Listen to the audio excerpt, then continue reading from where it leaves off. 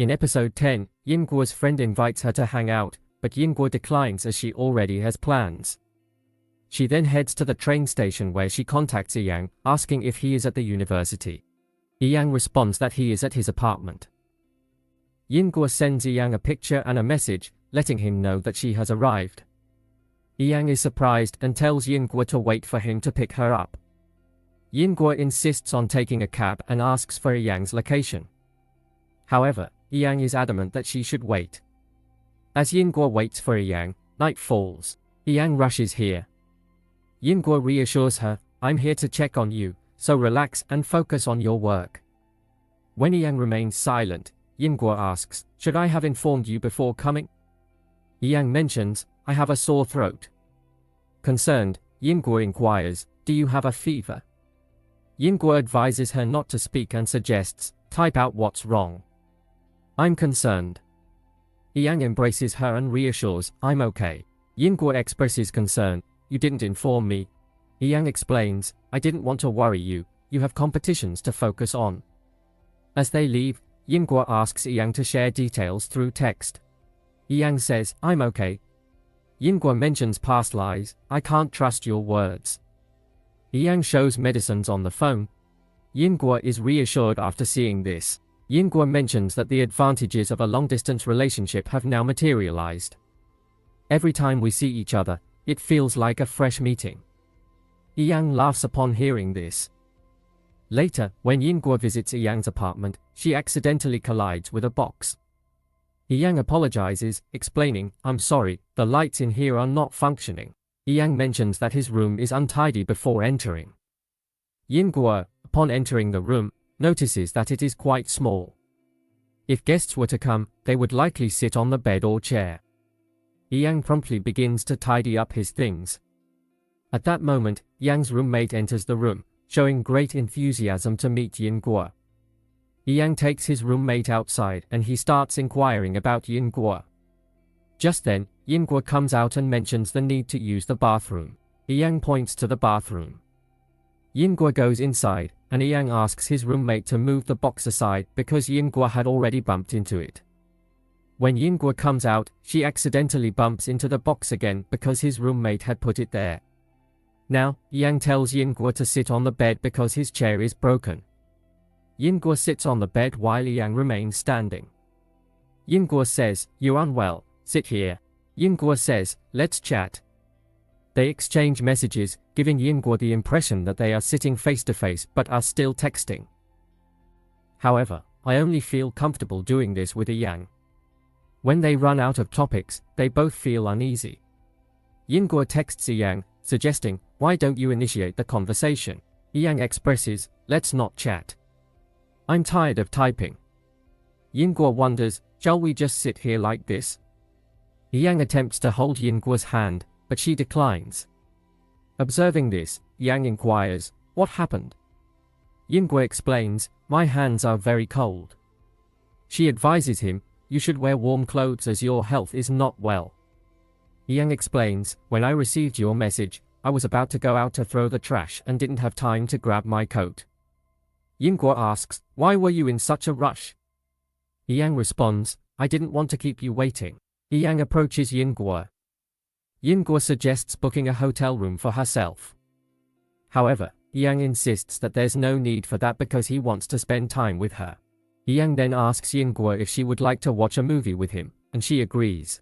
Yang notices Yinguo's injured leg. Laughing, she admits to bumping into another box and points out the abundance of boxes in his house. Yang quickly takes the box, places it in front of his roommate's door, and knocks on it. He then goes to grab some ice from the fridge. His roommate comes out and hits the box. Yang says, "It hurts, right?" Yang tells him to turn off the music, then heads back to his room. He proceeds to apply ice on Yinguo's injury. Yinguo asks what he and his roommate were discussing. Yang replies that they were deciding on breakfast.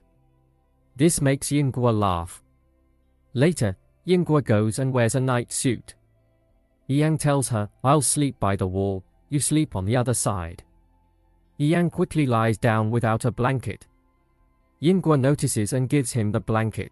Yinguo messages Xingyi and tells her that she came to meet Yang but couldn't book a hotel for herself, so she is staying with Yang. Xingyi becomes very curious and starts asking various questions.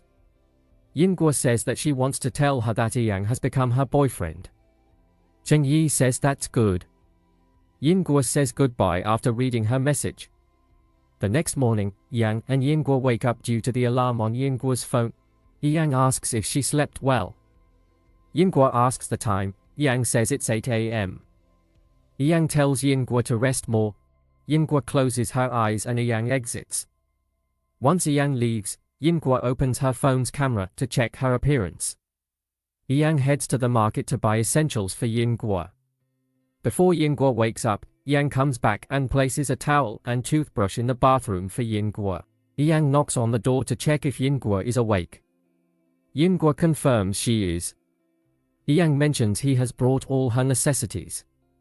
Yinguo insists Yang doesn't need to go out of his way for her and spend money on unnecessary things. Yang agrees. Yinguo goes to the bathroom. Later, Yinguo asks Yang to find a billiard room for her. I need to practice for 4 hours first, Yang responds, no problem. Yang then takes Yinguo to the billiard room. As Yang and Yinguo walk in, a man approaches Yang and inquires about signing the contract for next year. Yang responds, I'll meet you in the afternoon. Right now, I need to practice with her. Saying this, Yang leads Yinguo inside. Upon entering the billiard room, Yinguo is thrilled and exclaims, wow, this place is huge. Yang smiles upon hearing this. Everyone in the room greets Yang. Yinguo asks if he comes here often since everyone seems to know him. Yang confirms and says yes. Yang then instructs Sunju, please clean the room and bring breakfast for my girlfriend. Sunju agrees, saying, I'll go get breakfast for you. At this moment a boy comes there. The boy introduces himself as Sun Yao and mentions he will clean the room. Yinguo stays quiet. Yang notices and asks if Yinguo is upset. Yinguo questions if the billiard room belongs to Yang. Yang clarifies that the room was originally owned by the hotel. Yang decided to rent it and now a friend, Sunju, looks after it when he's not around.